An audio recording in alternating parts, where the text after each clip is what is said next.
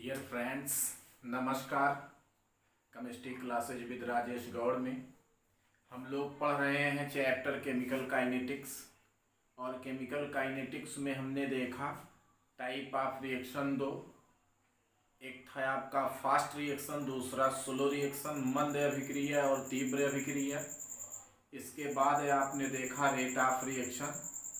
Rate of reaction के बाद आपने एवरेज रेट ऑफ रिएक्शन पढ़ा। इसके बाद हमने देखा स्पॉन्टेनियस रेट ऑफ रिएक्शन, कुछ ग्राफिकल डायग्रामेटिक फिगर्स के द्वारा एक्सप्लेन किया गया। अब इसके बाद हम लोग अगला टॉपिक देखते हैं। अगला जो है इसका हेडिंग देखते हैं, factors influencing the rate of reaction. Affecting factor of rate of reaction आप कह सकते हैं, अभिक्रिया के वेग को प्रभावित करने वाले कारक। तो अगला हेडिंग हम लोग देखने जा रहे हैं कि कौन कौन से ऐसे फैक्टर्स हैं जो रेट ऑफ रिएक्शन को अफेक्टेड करते हैं। तो rate of reaction affected by many factors like first है आपका nature of reactant, nature of reactant.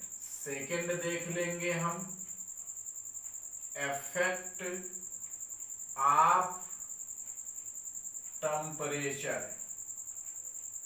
Third कह लेते हैं इफेक्ट ऑफ प्रेशर। फोर्थ कह लेते हैं इफेक्ट ऑफ रिएक्टेंट के नेचर पे डिपेंड करेगा। टेम्परेचर है, प्रेशर है, एक आप लिख लेते हैं कंसंट्रेशन, और फिफ्थ हम देख लेते हैं नेचर ऑफ कैटालिटिक्स। तो इन 5 फैक्टरों की हम लोग बात करेंगे जो अफेक्टेड करेंगे। अफेक्टिंग फैक्टर हैं, इन्फ्लुएंसिंग फैक्टर हैं रेट ऑफ रिएक्शन के। तो इसमें से हम लोग फर्स्ट देखते हैं जिसका नाम है आपका नेचर ऑफ रिएक्टेंट। तो नेचर ऑफ रिएक्टेंट की बात हम लोग करते हैं। इसमें आपका 2 पॉइंट है। इसमें जो है 2 पॉइंट है। फर्स्ट की अगर बात किया जाए, if nature of reactant polar and ionic, then reaction is fast. यदि आपका रिएक्टेंट का नेचर जो है ये पोलर हो, ध्रुवीय हो, आयनिक हो, आयनों में डिकम्पोज होता हो, तो ये आपका रिएक्शन, तब रेट ऑफ रिएक्शन कैसा होगा? फास्ट होगा। देन आप कह सकते हैं rate of reaction is fast. But second, यदि नेचर ऑफ रिएक्टेंट जो है ये आपका अनआयनिक हो या ये आपका मॉलिक्यूलर हो, then rate of reaction is slow. अगर आपका अनआयनिक हो या मॉलिक्यूलर हो तो रिएक्शन का रेट जो है ये आपका कैसा होगा? स्लो होगा। जैसे इसका हम एग्जाम्पल देखते हैं। ये है आपका नाइट्रिक ऑक्साइड NO। इसका ऑक्सीडेशन कर दिया जाए, बन जाता है नाइट्रोजन डाइऑक्साइड, या इसे कहेंगे नाइट्रोजन पर ऑक्साइड। तो ये बन गया है आपका नाइट्रोजन पर ऑक्साइड। बैलेंस कर लीजिए 2 कर देंगे, बैलेंस हो जाएगा। दूसरा लिख लेते हैं, मीथेन का यदि ऑक्सीडेशन कर दिया जाए तो बन रहा है कार्बन डाइऑक्साइड और H2O। हाइड्रोजन 4 है इसलिए 2 से मल्टीप्लाई करेंगे, आपका हाइड्रोजन हो गया 4, कार्बन 1, ऑक्सीजन 2, 2 4, इसलिए 2 से मल्टीप्लाई कर देते हैं, इक्वेशन आपका बैलेंस हो गया। अब इन दोनों में देखिए, नाइट्रिक ऑक्साइड में जो है 1 बॉन्ड है और ये 1 बॉन्ड जो है ब्रेक हो रहा है, और ब्रेक हो करके आपका फॉर्म कर रहा है 2 बॉन्ड का। यहां चलिए, यहां कार्बन और हाइड्रोजन है, ये आपका 4 कोवैलेंट बॉन्ड से अटैच्ड है, तो इसमें है आपका 4 बॉन्ड, और ये 4 बॉन्ड हो रहा है ब्रेक, और ब्रेक हो करके बना रहा कार्बन डाइऑक्साइड और H2O और वाटर। तो 1 ब्रेक, यहां पर आपका एक ही बॉन्ड है, जो सिंपल बॉन्ड होंगे वो इजीली ब्रेक हो जाएंगे, और अगर इजीली ब्रेक हो गए तो इसका मतलब है कि रेट ऑफ रिएक्शन जो है ये आपका फास्ट हो जाएगा।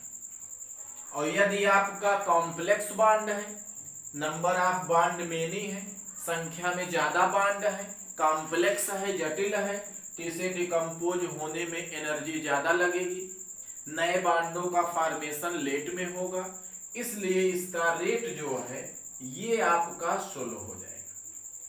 तो हमने देखा कि यहाँ पर ये सिंपल है, 1 ही बॉन्ड ब्रेक हो रहा है, इसलिए रेट ऑफ रिएक्शन फास्ट। इसमें 4 बॉन्ड है, डिकम्पोज होकर के प्रोडक्ट बनाएंगे जिसमें ज्यादा एनर्जी लगेगी, इसलिए रेट ऑफ रिएक्शन आपका क्या हो जाएगा, स्लो हो जाएगा।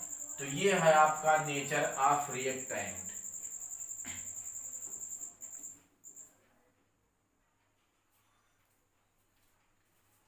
सेकेंड पॉइंट आपको मिल रहा है इफेक्ट ऑफ टेम्परेचर। ये है आपका रिएक्टेंट, ये आपका क्या है, रिएक्टेंट, और ये धीरे धीरे करके बदल रहा है किसमें, प्रोडक्ट में।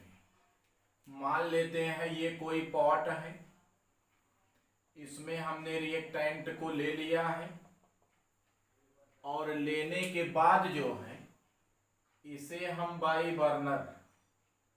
बर्नर के हेल्प से इसे हम लोग हीट कर रहे हैं। हीट का मतलब टेम्परेचर दे रहे हैं, हीट का मतलब क्या है, हम इसे टेम्परेचर दे रहे हैं। जैसे जैसे टेम्परेचर देंगे, रिएक्टेंट के इन मॉलिक्यूल्सों को एनर्जी मिलेगी, और जैसे जैसे इन्हें एनर्जी मिलती जाएगी, एनर्जी इंक्रीज करती जाएगी, आपस में इनके टकराने की संभावनाएं बढ़ जाएंगी, जिससे इसका रेट ऑफ रिएक्शन भी क्या होगा, फास्ट होगा। परिणाम स्वरूप मैक्सिमम क्वांटिटी में मिलेगा आपको प्रोडक्ट। अब एक चीज आपको देखना, जितने रिएक्टेंट हैं, रिएक्टेंट के जितने भी मॉलिक्यूल हैं, ये सारे मॉलिक्यूल केमिकल रिएक्शन में पार्टिसिपेट नहीं करते हैं, इसलिए कि उनके पास रिएक्शन करने के लिए उतना एनर्जी नहीं होता है जितना होना चाहिए। इसलिए इसे हम हीट करते हैं, और हीट के थ्रू ये मॉलिक्यूल्स एनर्जी एब्जॉर्ब करके रिएक्शन में पार्टिसिपेट करने लगते हैं। तो वह न्यूनतम एनर्जी जो किसी मॉलिक्यूल्स के लिए दिया जाए इतना कि वो रिएक्शन में पार्टिसिपेट कर सके, वह दी गई मिनिमम एनर्जी जो किसी भी मॉलिक्यूल्स को रिएक्शन में पार्टिसिपेट करने के लिए पॉसिबल होता है, उसे कहा जाता है आपका एनर्जी ऑफ एक्टिवेशन। तो यहां हमने लिख लिया है energy of activation, the minimum amount of excess energy, वह कम से कम एक्सेस एनर्जी जो रिक्वायर होती है, आवश्यक होती है बाय द रिएक्टेंट मॉलिक्यूल्स के लिए टू रिएक्ट इन, रिएक्शन में पार्टिसिपेट करने के लिए जितनी एनर्जी मिनिमम रिक्वायर होती है वही उसकी कहलाती है एनर्जी ऑफ एक्टिवेशन। और जिन मॉलिक्यूल्सों को दी जाती है वो एक्टिवेटेड मॉलिक्यूल्स कहलाते हैं। तो जैसे जैसे हम टेम्परेचर बढ़ाते हैं वैसे वैसे रेट ऑफ रिएक्शन क्या करता है, इंक्रीज करता है। परिणाम स्वरूप हमें प्रोडक्ट भी मिलता है अधिक क्वांटिटी में।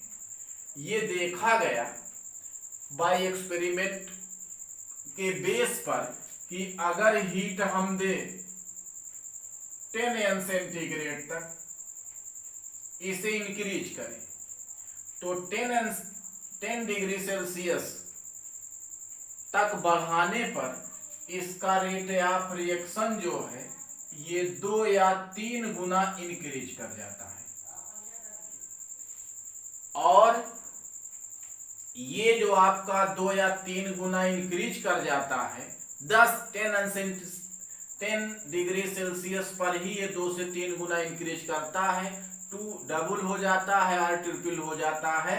और इसे कहा जाता है आपका कोएफिशिएंट टेम्परेचर।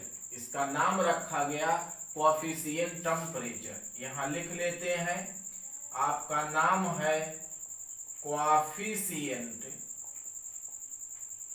टेम्परेचर। जनरली इसे म्यू के द्वारा रिप्रेजेंट किया जाता है। आप इसे कहेंगे K1 बाई K2 और यहां ऐड कर दीजिए 10, या इसी को लिख लेते हैं K35 बाई K25 और इंक्रीज कर जाता है 2 से 3 गुना। हमने लिखा the temperature coefficient of a chemical reaction is defined as the ratio of the specific reaction rate of a reaction at 2 temperature differing by 10 degree Celsius.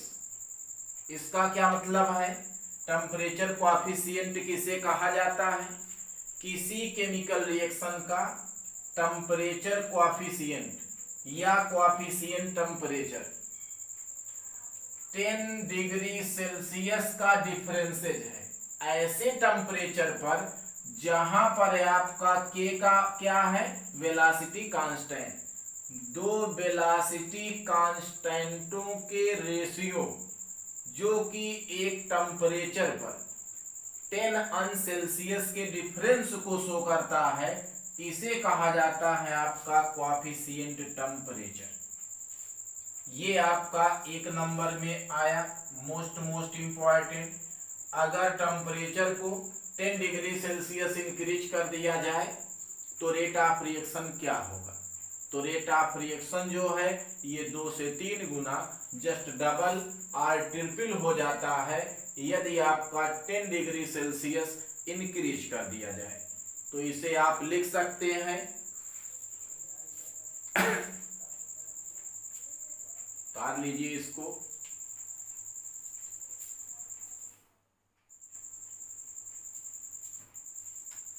इसमें आपको मिल रहा है 1 नंबर का क्वेश्चन, क्या है, the rate of reaction just double R triple, double होगा या क्या होगा, ट्रिपल होगा for every 10 Celsius rise the temperature. अगर 10 सेंटीग्रेड टेम्परेचर बढ़ाया जाए तो इसका रेट ऑफ रिएक्शन जो है ये जस्ट डबल या क्या हो जाता है, ट्रिपल। यही आपको एक लाइन जानना है, जैसे जैसे टेम्परेचर इंक्रीज करेंगे वेलोसिटी भी क्या होगी, इंक्रीज करेगा, रेट ऑफ रिएक्शन भी क्या होगा, इंक्रीज करेगा, प्रोडक्ट भी क्या होगा, मैक्सिमम क्वांटिटी में बनेगा।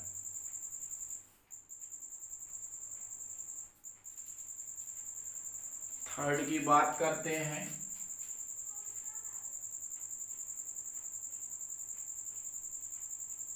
इफेक्ट ऑफ प्रेशर, दाब का प्रभाव।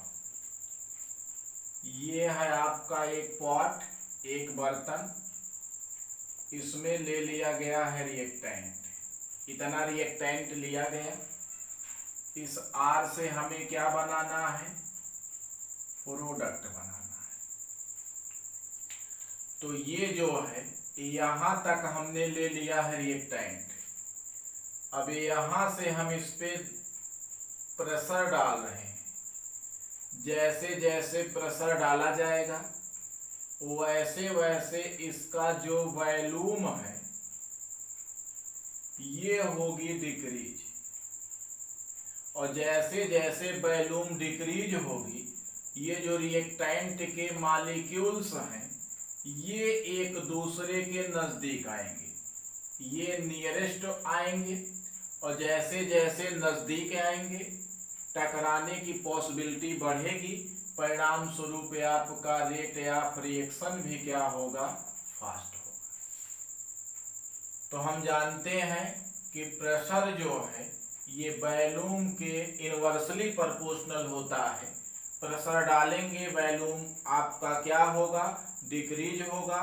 तो रिएक्टेंट के मॉलिक्यूल नजदीक आएंगे, टकराएंगे तेजी से, परिणाम स्वरूप इसका रेट ऑफ रिएक्शन क्या होगा, इंक्रीज करेगा।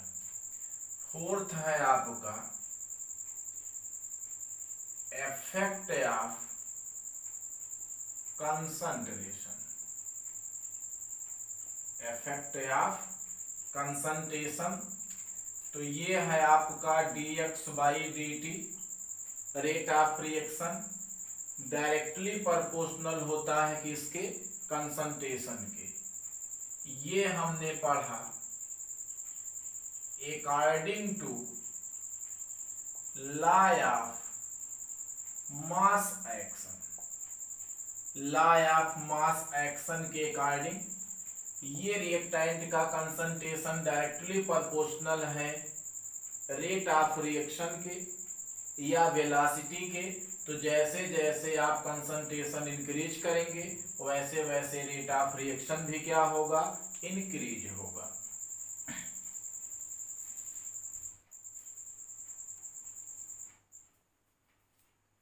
फाइव देख रहे हैं हम लोग, nature of catalysts. What is the catalysts? ये ऐसा एक्सटर्नल केमिकल सब्सटेंस है जो रेट ऑफ रिएक्शन को एक्सचेंज कर देता है, बदल देता है, चेंज कर देगा, लेकिन खुद ये जो है चेंज नहीं होगा। इसका केमिकल कंपोजिशन केमिकल रिएक्शन के फलस्वरूप के बाद ज्यों का त्यों प्राप्त हो जाएगा। यदि पॉजिटिव कैटालिट्स है तो रेट ऑफ रिएक्शन को इंक्रीज करेगा। यदि आपका कैसा हो, पॉजिटिव कैटालिट्स हो, तो रेट ऑफ रिएक्शन जो है ये इंक्रीज होगा। और यदि ये आपका निगेटिव हो गया तो रेट ऑफ रिएक्शन जो है ये डिक्रीज हो जाएगा। तो नेचर पे डिपेंड करता है। कैटालिट्स पॉजिटिव होगा तो इंक्रीज करेगा, रिएक्शन फास्ट होगा, रेट फास्ट होगा, और यदि निगेटिव होगा तो ये क्या करेगा, रेट ऑफ रिएक्शन को डिक्रीज करेगा। ये कैसे करता है ये आप देख सकते हैं। ये आपका है A प्लस B, यहां आपका X है कैटालिट्स, बना क्या, AB। A और B आपका रिएक्टेंट है और ये क्या है आपका प्रोडक्ट है। तो आप देखेंगे क्या कि जो कैटालिट्स है रिएक्टेंट से रिएक्ट हो जाएगा। रिएक्टेंट से जो है ये रिएक्ट होगा ए प्लस बी और plus X is equal to A B और यहां कर दीजिए आप एक्स। ये क्या बना? एक्टिवेटेड कॉम्प्लेक्स बना देता है। अब इसका क्या मतलब? यहां आप देख रहे हैं ये रिएक्टेंट है, एक्स आपका कैटालिस्ट है, ये इससे रिएक्ट करके एक्टिवेटेड कॉम्प्लेक्स बनाया, और जैसे ही एक्टिवेटेड कॉम्प्लेक्स बनता है एक्टिवेशन जो एनर्जी है ये हो जाती है डिक्रीज, और जब डिक्रीज हो जाती है तो मिनिमम एनर्जी वाले रिएक्टेंट रिएक्ट कर जाते हैं, और जब रिएक्ट कर जाते हैं तो रेट ऑफ रिएक्शन क्या होता है? इंक्रीज कर जाता है। तो बन गया ए बी, और आपका कैटालिस्ट जो है ये रिएक्शन के बाद ज्यों का त्यों मिल गया, इसमें कोई चेंजिंग नहीं हुआ। तो देख रहे हैं रेट ऑफ रिएक्शन को कैसे इंक्रीज किया। ये जो रिएक्टेंट है इससे ये कैटालिस्ट रिएक्ट होगा, रिएक्शन करेगा और बनाएगा एक्टिवेटेड कॉम्प्लेक्स। एक्टिवेटेड कॉम्प्लेक्स बनते ही इसका एक्टिवेशन एनर्जी कम होगा, और जो लो एनर्जी वाले रिएक्टेंट होंगे वो तेजी से रिएक्शन करने लगेंगे, और रेट ऑफ रिएक्शन इनका क्या होगा? फास्ट हो जाएगा, बढ़ जाएगा, और इसमें प्रोडक्ट जो है ये तेजी से बनने लगेगा। ये इसमें देखना है। ऐसे अगर नहीं समझ में आता तो आप देख सकते हैं, इसको चेंज किया जाए।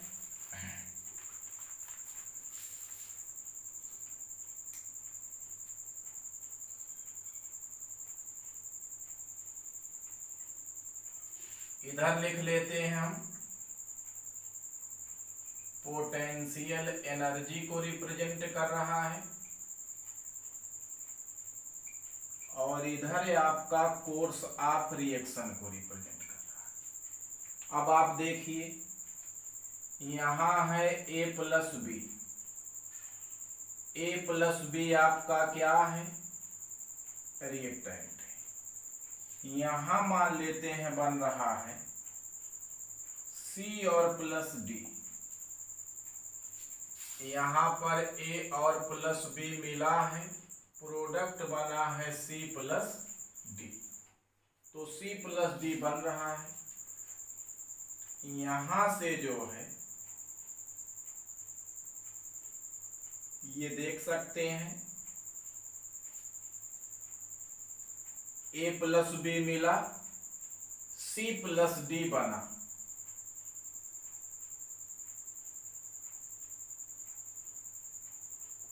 Activated complex without catalyst. बिना कैटालिस्ट के ये बनाया है आपका एक्टिवेटेड कॉम्प्लेक्स, और एक्टिवेटेड कॉम्प्लेक्स अभी आपने बनाया ए बी, और यहां से रिएक्शन करके क्या बनाया है? एक्स। तो ये जो है विदाउट जो है कैटालिस्ट ए बी बना, विदाउट कैटालिस्ट या एब्सेंस से आप कैटालिस्ट कह सकते हैं, और यहां से यहां तक ये आपकी एनर्जी है ई और ए। ये ई ए क्या है? Activation energy. अब यहां से जो है आप कहिए प्रेजेंस ऑफ कैटालिस्ट। हमने कैटालिस्ट की उपस्थिति कर दी। तो जब कैटालिस्ट की उपस्थिति हुई तो ये देख रहे हैं आपका E A डैश कर लीजिए, एक्टिवेशन एनर्जी क्या हुआ, कम हो गया, और यहाँ एक्टिवेशन एनर्जी क्या था, ज्यादा। तो जब हमने कैटालिट्स की उपस्थिति की प्रेजेंस किया तो एक्टिवेशन एनर्जी यहाँ जो था इतना घट करके इतना हो गया, और रेट ऑफ रिएक्शन क्या हुआ, इंक्रीज कर जाता है। तो इसमें एक क्वेश्चन आया है आपका। अब दो क्वेश्चन बने, आपको दिया जाएगा कि रेट ऑफ रिएक्शन कैसे इंक्रीज करता है। तो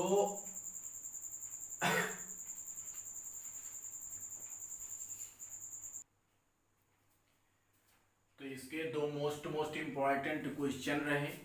इस ग्राफ के द्वारा एक ही क्वेश्चन पूछा गया, a catalysts increase the rate of reaction. एक कैटालिट्स जो है ये कैसे रेट ऑफ रिएक्शन को इंक्रीज करता है। 4 ऑप्शन दिए होंगे, तो आपको करेक्ट करना है decrease the activation energy. Activation energy को डिक्रीज करके कहा जाता है आपका सक्रियण ऊर्जा को कम करके। हमने देखा कि विदाउट कैटालिट्स जो है इसकी एक्टिवेशन एनर्जी ज्यादा थी। जब हमने कैटालिट्स इसमें डाला, एक्स डाला, वे यहाँ आपका ए और बी बन गया आपका एक्टिवेटेड क्या, कॉम्प्लेक्स, जिससे आपका एक्टिवेशन एनर्जी क्या हुआ, कम हो गया। और एक्टिवेशन एनर्जी कम हुआ तो रेट ऑफ रिएक्शन क्या होगा, इंक्रीज कर जाएगा, बढ़ जाएगा। तो आपका रेट ऑफ रिएक्शन बढ़ता है। कैसे बढ़ता है, डिक्रीज द एक्टिवेशन एनर्जी, सक्रियण ऊर्जा घटता है, जिससे रेट ऑफ रिएक्शन इंक्रीज करता है। दूसरा आपका क्वेश्चन इसमें आया जो मोस्ट इंपॉर्टेंट रहा। सेकेंड क्वेश्चन मोस्ट इंपॉर्टेंट है, ये सभी एंट्रेंस एग्जामिनेशनों के लिए, नीट, IIT में आया, MLNR में आया, ये सारे एग्जामों में क्वेश्चन आया हुआ है। दूसरा chemical equilibrium, chemical equilibrium does not affected by catalysts। ये आपका आया, दिया रहेगा केमिकल एक्विलिब्रियम है, इस पे कैटालिट्स का क्या इफेक्ट पड़ता है। तो ये आपका कैटालिट्स के द्वारा इफेक्टेड नहीं होता है। केमिकल एक्विलिब्रियम को ऐसे रिप्रेजेंट किया जाता है, ये रिवर्सिबल रिएक्शन है।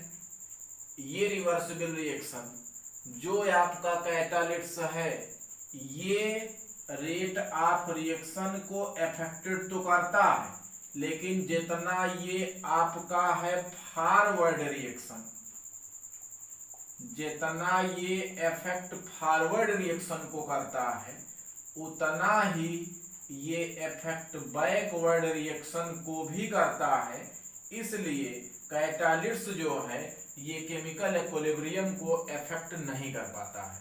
तो कहा जाता है केमिकल एक्विलिब्रियम पर कैटालिट्स का क्या इफेक्ट पड़ता है, ये इंक्रीज करेगा कि डिक्रीज करेगा, बोथ, नन। तो आपका chemical equilibrium does not affected by catalysts. Catalysts जो है ये अग्र और पश्च अभिक्रिया के रेट को, फॉरवर्ड और बैकवर्ड रिएक्शन के रेट को समान दर से, समान रेट से अफेक्टेड करता है। इसलिए केमिकल एक्विलिब्रियम पर कैटालिट्स का कोई इफेक्ट नहीं पड़ता है। तो इससे दो इम्पॉर्टेंट क्वेश्चन यहाँ से, और एक आता है अब यदि रेट ऑफ रिएक्शन को 10 डिग्री सेल्सियस इंक्रीज किया जाए तो रेट ऑफ रिएक्शन पर क्या इफेक्ट पड़ेगा। तो ये 2 गुना या 3 गुना, डबल या ट्रिपल जो है हो जाता है रेट ऑफ रिएक्शन, यदि हम टेम्परेचर दें 10 डिग्री सेल्सियस।